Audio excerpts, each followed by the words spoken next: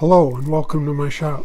In this video we're going to be looking at the Taig 5019 ball screw retrofit. I had a Taig mill for 10 years with the V-thread lead screws. I sent it in, everything except the spindle and stepper motors. So basically I sent in the entire XYZ and they sent me back a new XYZ with the ball screws installed. They were supposed to reuse some of the Z column parts like the steel slides, but when I got it back it was obvious they didn't use any of the parts I had sent in. It was all new. So in this video we're going to go through and look at how I mounted all the limit switches. We're going to look at the motor setup for these metric ball screws. We're going to look at how to set up the soft limits. And we're going to go through all three axes and we're going to measure the backlash on these ball screws. Also, I purchased a 2010 fixture plate from Taig and we're going to take a look at that. All right, let's get going.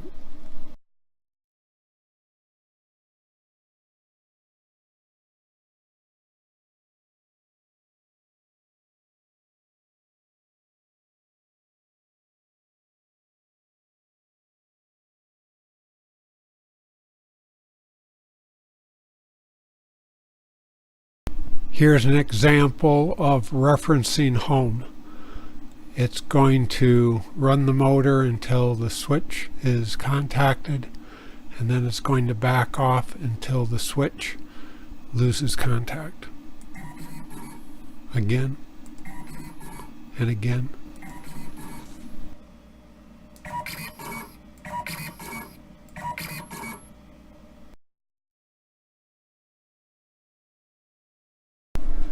Alright, here we are in Mach 3. Let's look at the motor tuning setup. So under config we go down to motor tuning and we will make this a little bigger here so we can see what we're looking at. Alright, so we'll see here that we have for the x-axis one of the key things to set up here is the steps per inch. I have this set up for inches, so I need to figure out the steps per inch. Now on the old V-thread lead screws, this was relatively straightforward to compute given that the lead screw was 20 threads per inch. However, on these ball screws, they are metric. And here is basically the math that it takes to figure this out. And we will zoom out a little bit. Okay, so we know that one turn with these metric ball screws is 2.5 millimeter, and we'd like to convert that to turns per inch. So we're going to multiply that by the fact there's 25.4 millimeters per inch, and we come out with 10.16 turn per inch. Now if we take that 10.16 turn per inch, multiply it by 2,000 steps per turn, that's because my stepper motors are native 200 steps per turn, but the Gecko drivers I'm using do 10 microsteps per step. So that's 2,000 steps per turn, and that comes out with the answer of 20,320 steps per inch. And that is what we enter in here down in this lower left hand corner. That's what we enter in for the X, the Y, and the Z. Now I do have a Shoreline rotary table, and that is set up differently here. That is being set up right now as 400 steps per degree of rotation on the rotary table. Okay, the other thing maybe to point out about the X, Y, and Z was I tailored the velocity here. Right now I'm running 70 inches per minute. That's over double what I was running with the V-thread lead screws.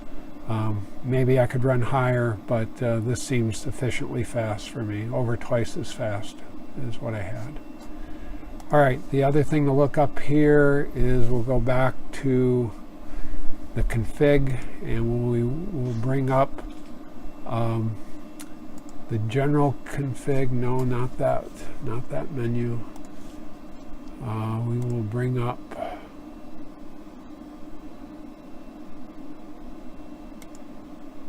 pins and ports and motor outputs. Okay, so here what we've had to change is on the V threads, some of the lead screws were left hand and some were right hand threaded. These metric ball screws are all right hand thread, and I've had to come in here, I believe, on the Y axis and the Z axis and change the direction to get the direction to work the way it needs to. Okay, the next menu to look at under config here would be the homing and limits, and we will zoom in on that a little bit.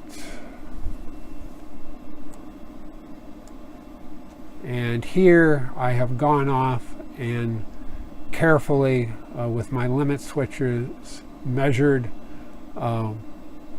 one end to the other and to set my soft limits up. So with my soft limits, I have said that I have 11.22 inches of travel on my X, 5.15 inches of travel on my Y, and 5.5 inches of travel on my Z. That comes through some experimentation of running it from one end to the other and measuring it and making sure that I hit these soft limits before I hit the physical limit switches.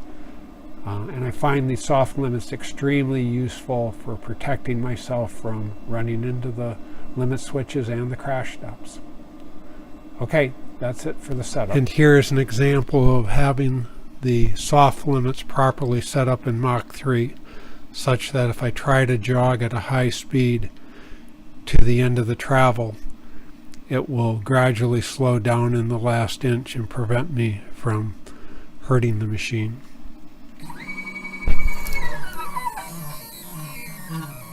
Now I'm going to perform 2 tests on each of the 3 axes. One test is going to be to run the axis at the rapid motion back and forth like 10 times and measure with a dial indicator off this reference block that I'm not missing any steps. I need to make sure that I don't have an acceleration that's too high or a speed that's too high that I would ever miss a step doing a rapid motion. The other test we're going to do here is we're going to see what the actual backlash is with these factory ball screws.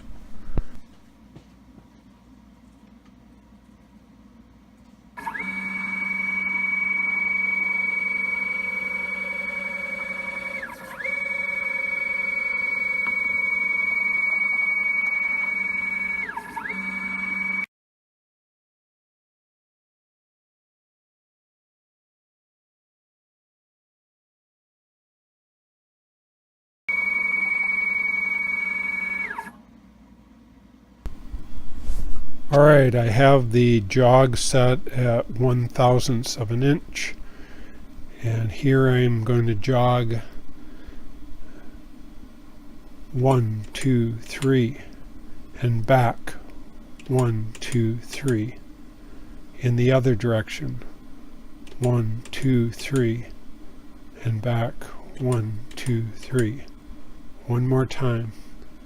1, 2, 3. 1, 2, 3. 1, 2, 3. 1, 2, 3. And here is the y-axis.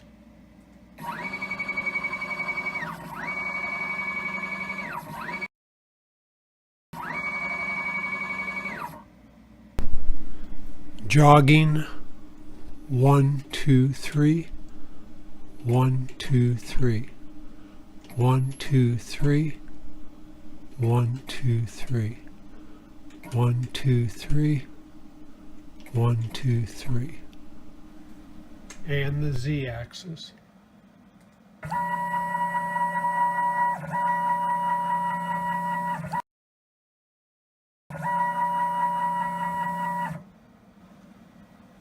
Jogging, 1, 2, 3, 1, 2, 3, 1, 2, 3, 1, 2, 3, 1, 2, 3, 1, 2, 3, 1, 2, 3, 1, 2, 3. All right, here's the summary of the backlash measurements. On the x-axis, we had a little over 1/1000th of an inch. Y-axis, about 1/1000th and a half. And the z-axis, about half of 1/1000th. So why is there any backlash in this? These are ball screws. Well, the problem with these ball screws a little bit is there's a single ball nut in this design. An industrial machine with ball screws would have 2 ball nuts preloaded against each other, essentially removing the backlash. In this design, there's a single ball nut, and so there is some slop in the ball screw and the ball nut. And the manufacturer, I believe, of this particular ball screw that Taig is sourcing it from says that it's about 1/1000th of an inch. Now you kind of look at the z-axis and you say, well, the z-axis should have 0 backlash because that is preloaded with the weight of the motor and the spindle. Well, so obviously some of the backlash isn't the result of the actual ball screw. I think some of the backlash we're measuring here is the result of stiction, the stickiness of trying to get any of the axes moving. So my rough guess would be that half of the backlash that's being measured here is more the result of stiction, and the other half of the backlash is actually the slop in the ball screw. I should mention with the old V-thread lead screws, you could adjust the nut. It was a split nut that was adjustable, and you could kind of clamp down on the nut and remove some of the backlash. But the more you tighten the nut, the more friction you had. And a perfectly adjusted nut, about as tight as you could dare get it, would result in 2 to 3/1000ths of backlash. And that didn't stay that constant over time. As it wore, and it would loosen up again, and you get to 4/1000ths and 5/1000ths and higher. So the ball screw is just simply better than the V-thread lead screws were. There's less backlash and far less friction. The ball screws move very friction-free, where the V-thread had plenty of friction, and the closer you tried to get the backlash out of it, the more friction you had. All right, so here we're looking at the Taig 2010 fixturing plate. I purchased, I believe this was $64. It has 1032 tapped holes, 1-inch matrix of them. And on here I've got some of these clamping guides, call them what you will. I machined these myself just out of a little bit of bar stock, and that lets you adjust those on here. And I've also purchased some Mighty Byte fixture clamps, and we see a few of those in here. So what this lets us do is we can take a piece of stock here, and we can set up the guide so it's nice and square, and we can put it in there, and then we can just go on here and tighten up these clamps, because there's eccentric screws here. So we tighten them just a little, they clamp down on the piece.